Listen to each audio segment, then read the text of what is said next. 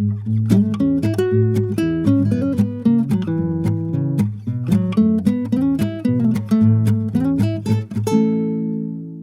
and welcome to the Backyard Road Trips podcast. I'm Zack. I'm Jim. I'm Drew. I'm Valentino. Today we have a very special guest. So, Valentinos, can you tell us a little bit about yourself, please? Yeah, I'm from Cyprus.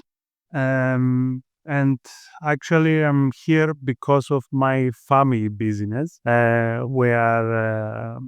We are beekeepers, and we work with visitors from different countries, and we show them about what we actually do. There we organize tours and different experiences for visitors. So I always love to talk about not only our business, but our area, our rural community. And that's great because, well, first of all, so we wanted to have Drew on here because Drew is also a beekeeper and runs the business Drew's Honeybees. So this is so when you reached out to me, I thought it was a fortuitous meeting, shall we say? So this was great. So first of all, can you tell listeners just a little bit about Cypress, even like where it is, because the average American listener may not know. Yeah, I think most people think that it's Greece, yeah, or just Europe. Many people just think about Europe. Okay, Cyprus is in an island, a small island in the Mediterranean. It's close to Israel, very close to Israel and Turkey. For people, I think now with the war, many people know where is Israel. So Right. yeah, it's 30 minutes flight from Israel. Yeah, it's a small island. Most of the population is Greek-speaking population, even though it's a different country from Greece. But most of the people speak Greek, and 20% is Turkish Cypriots. Mm-hmm. And if you're visiting Cyprus, where should someone go to? Okay, very nice. Look, most of the people that are coming here, they come for the beaches and they go to have fun and on the beaches and all this for the sun. But in my opinion, they miss a lot because in the center of Cyprus, in the mountains, Cyprus, is where you will see the real culture and the real people.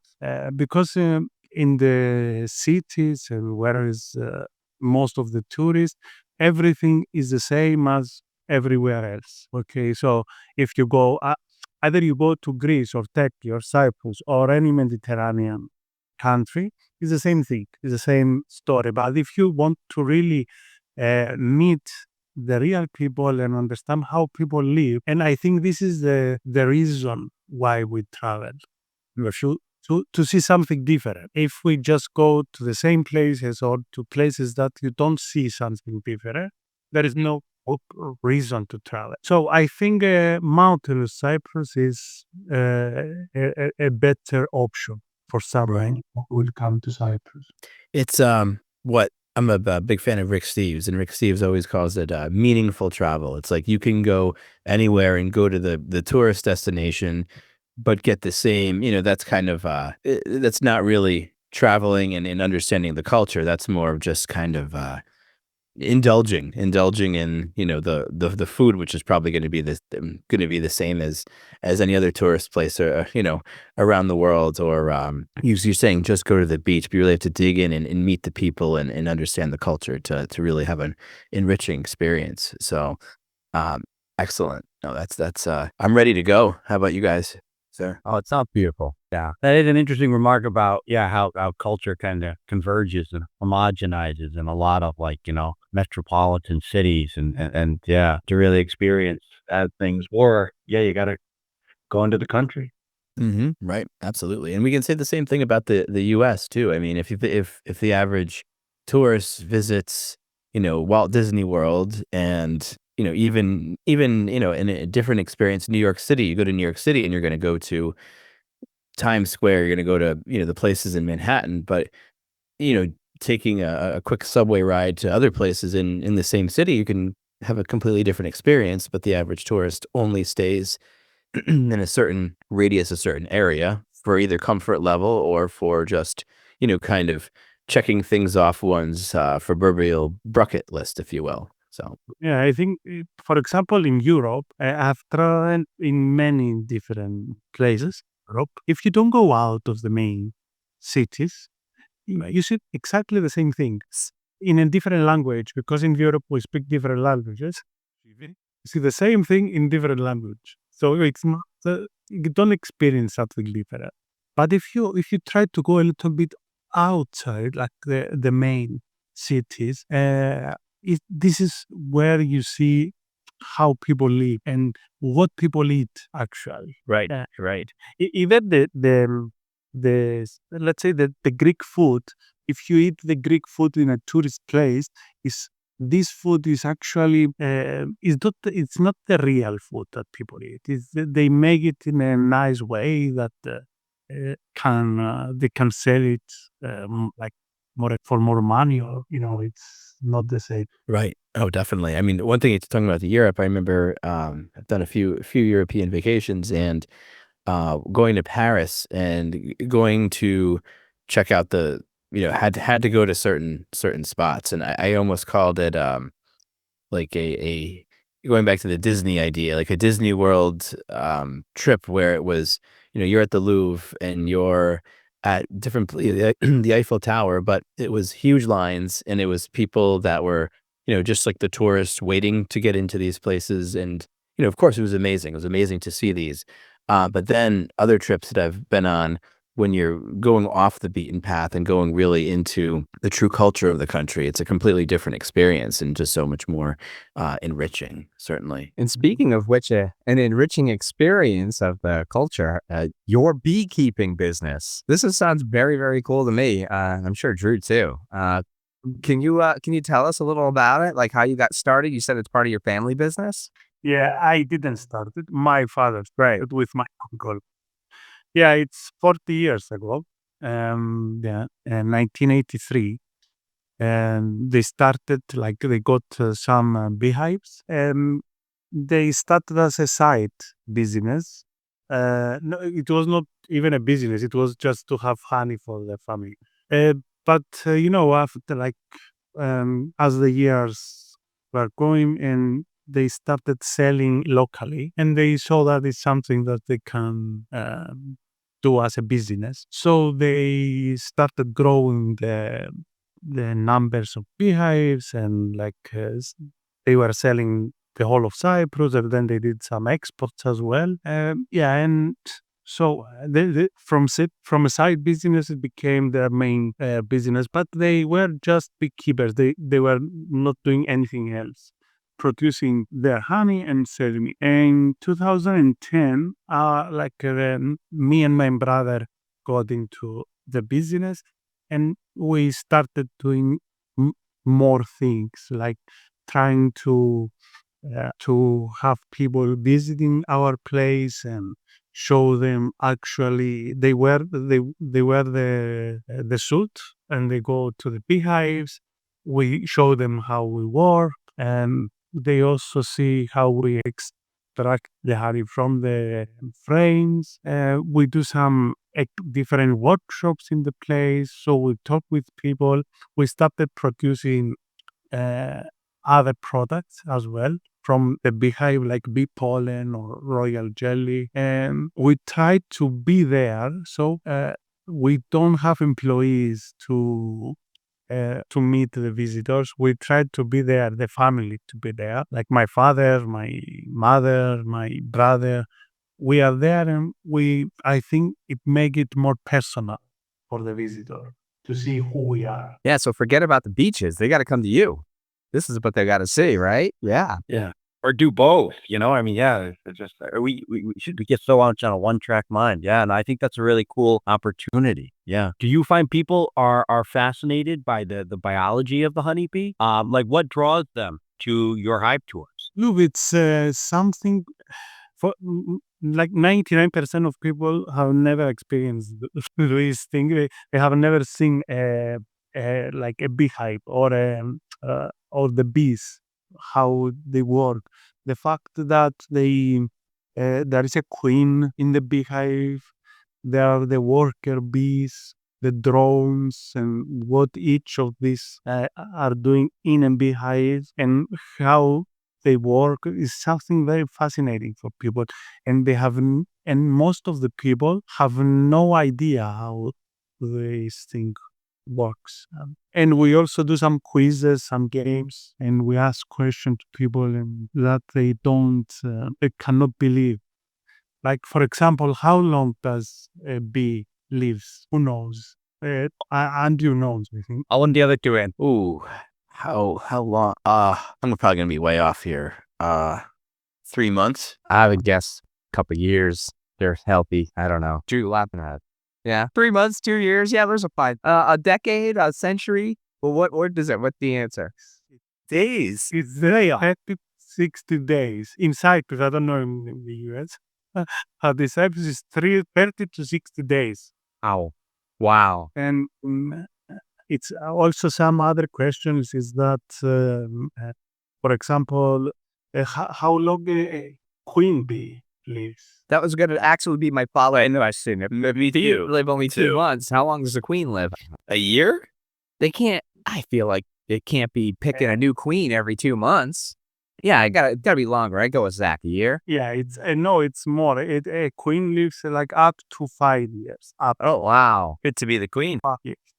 But what is the difference between the two? Like that's very important. The only difference between the two is what they eat actually, because the queen eats royal jelly from the time that the mom queen lay the egg, and the bees eat honey most of the time. So their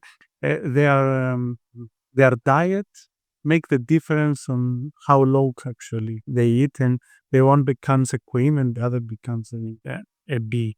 So all these things are very exciting for people and fascinating, and they're very It is. I mean, like it's the bee.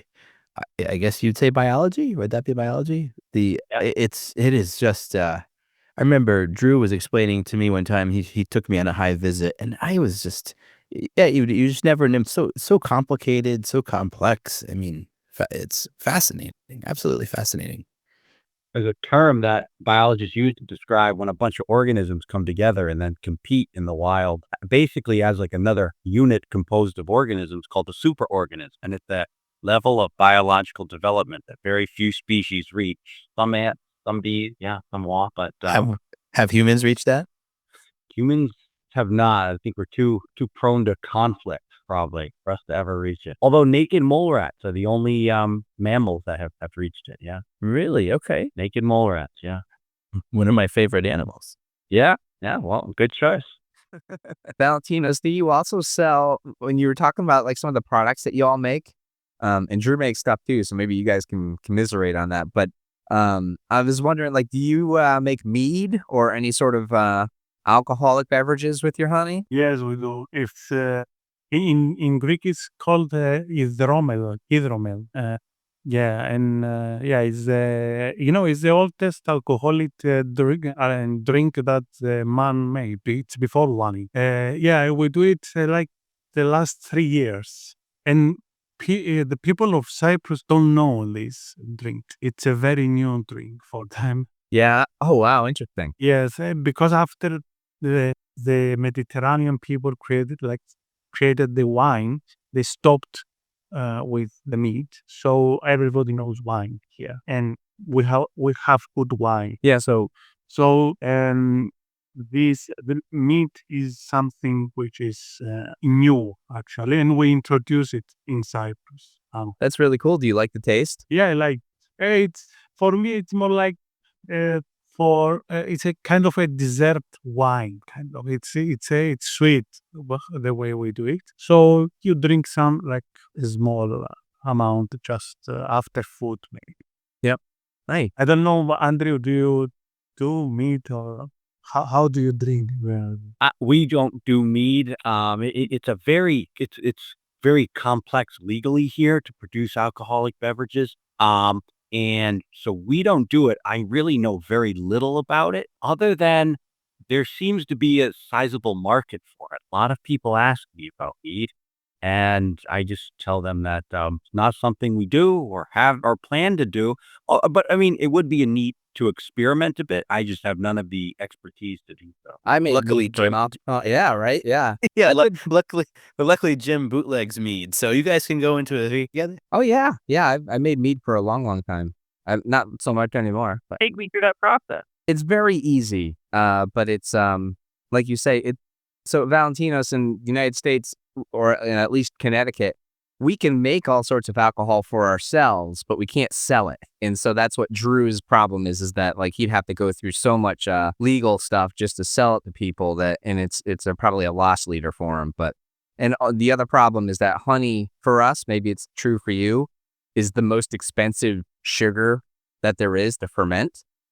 So it's cheaper to make wine because, grapes and you need a little sugar to help. That's cheaper than just getting a bunch of honey. So I don't know. Is that also true for you? Look, for us, we try to use the honey that is not like some parts of the process. We use some honey when we do all the processing of the honey to the production. The honey we use it to the meat, so we don't lose product actually at the end. Oh, that's cool. Yes, so it's not expensive for us to do. Also in Cyprus, you can make alcoholic drink up to 12% of alcohol without problem. You get of course licenses, but up to 12% alcohol. You don't need like special licenses, and it's easy to get license to get this. And the reason is why many people produce wine here, which is up to 10% of one. So there is no way to stop them doing it. So and it's out of the culture actually. It's you cannot stop a culture. It's something that people do for ages, for centuries. So it's something that they allowed to do. But above 12% of alcohol is very complicated. It's very difficult. Interesting. Actually, only 2 companies in Cyprus are doing alcohol more than 12%. It's like monopoly. Right. So do you ever? So I mean, Andrew, you probably be able to explain this better than I could. But some of the products that you make, Andrew, I wonder if that's something that Valentinos also makes. I know that the stuff that you do is you're using the bee products, but then turning it into something using a lot of other natural things. So I'm doing a terrible job explaining.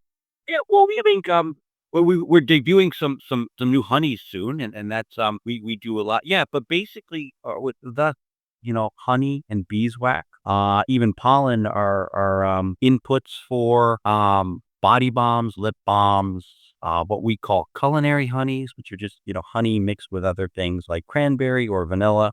Yeah, but it all starts with the outputs of the honeybee hives, which are pretty remarkable.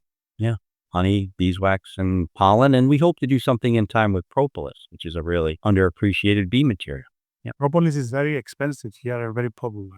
Very what? Very popular. People ask for propolis, or they use it in many different creams that people make, or for medical purposes. Very few people here know what propolis is.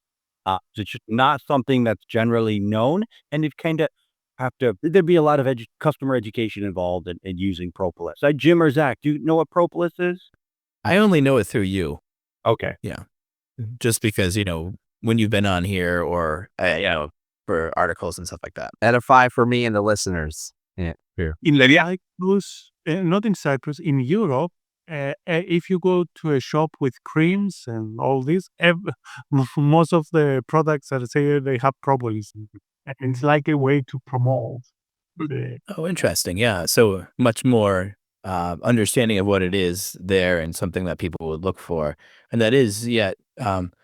Drew, do you want to tell the listeners what propolis is and its uses? Sure. It's a resinous material that bees collect from like the terminal ends of collect from trees, both evergreens and deciduous trees. They take this resin back to their home. They mix it with little bits of wax, and they use it to disinfect portions of their hive, to caulk drafty portions of the hive, and to prepare surfaces to kind of in preparation to rebuff microbes. Yeah, and propolis is demonstrated to have remarkable antimicrobial qualities, even I believe some antiviral properties, which is very uncommon in biological materials. Yeah, it's a remarkable substance, and bees have evolved it to stay healthy in a super crowded environment.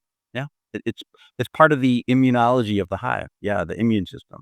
It's kind of farmed out to this material. And bees with a lot of propolis are demonstrated to be much healthier and like have lower expression of immune response genes, and then have a stronger immune response when exposed to a pathogen.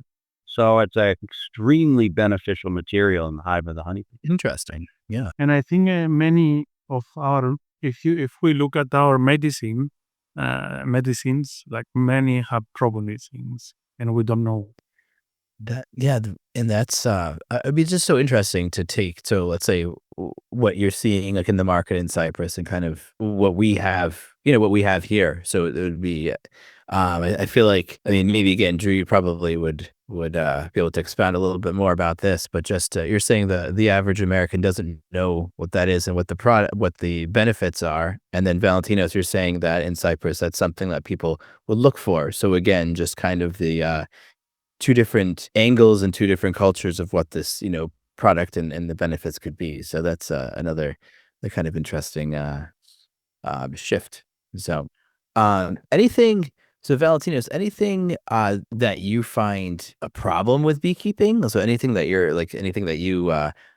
feel like that's a kind of a struggle with what you do? I think one big problem now is the problem we have with bees are dying. We have problem with that, and mainly is the climate change, is the weather that cause this problem. In Cyprus, for example, this summer was really hot, and that's not good for the bees.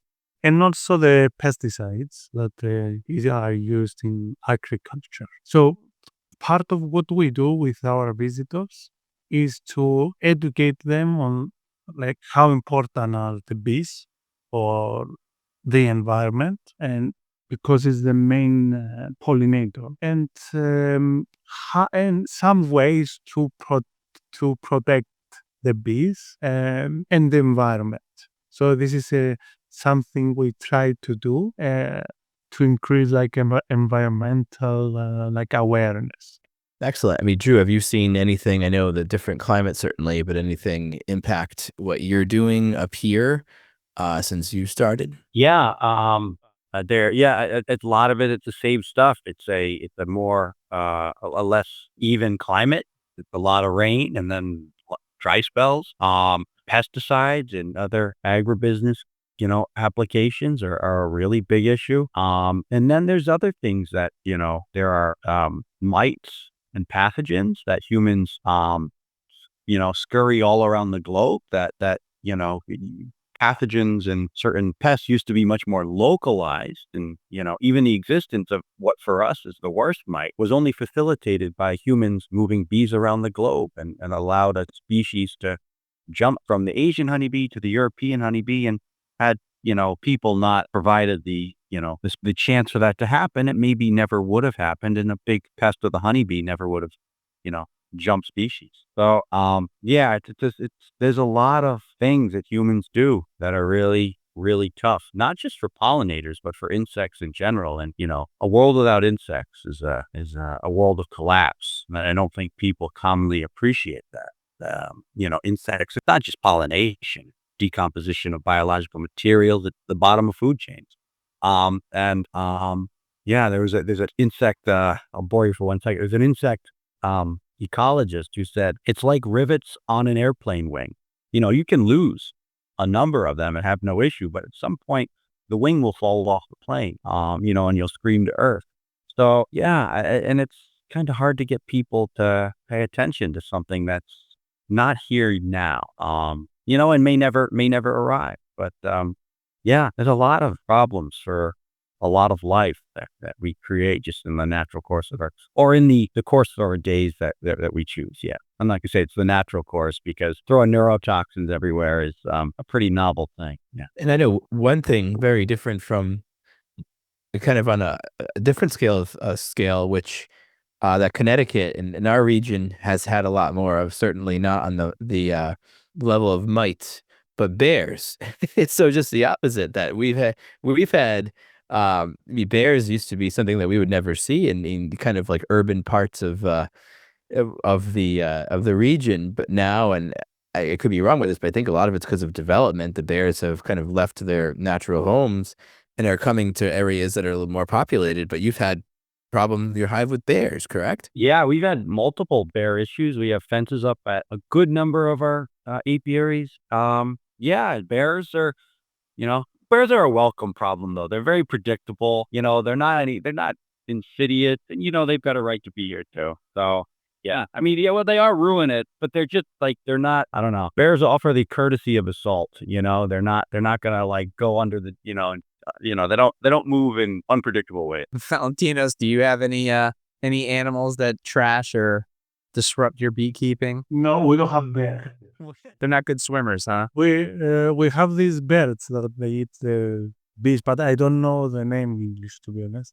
There is a bird that eats bees, and it's a problem for us. Oh, the honeybee or the honeybee. Yeah, I've heard of what you're talking about. I forget the name. Yeah, in Europe, there's a bird that just will sit around and just eat up bees by the thousands. Yeah. Oh, wow. And this bird's name is actually the bees eater. This Yeah, bee eater. Yeah. bee eater, and this bird just eats bees, and it's a big problem for us. Wow. So just And it's also a protected bees by the government. Oh, It's a protected bird by the government, so you cannot do anything. so how do you prevent this the bird attacks to your hives? You cannot do anything. Wow. They attack it outside while they're foraging, so it'd be very difficult to do anything about. just get a bigger bird. Get a bunch of hawk. Okay. Not a bad idea. Yeah, there we go. Introduce, yes. You get that. It's instead of the bee eater, put like the bird bee. I don't know. I can't even speak. I was trying to think of some kind of clever name for a larger bird that would eat that bird, but Falcon. there you go. Falcon. Thank you. So, Valentinos, I know that you're involved in many aspects of the beekeeping. You have other enterprises too. Is there anything you'd like to share about those with our listeners? Yeah, except for beekeeper, I'm also a teacher. Right. Exactly. You gonna do it? Yeah. I'm not actually, look, I'm not teaching myself, but I am a founder and the owner of an online Greek school. And we teach Greek online from people from all over the world. So we have people from the US, Australia, UK, Europe. Yeah, people interested in learning Greek for traveling or for like family purposes. We are here. The Online Greek Tutor. And if someone wanted to get in touch with you or visit you online, learn for information, how would they do that?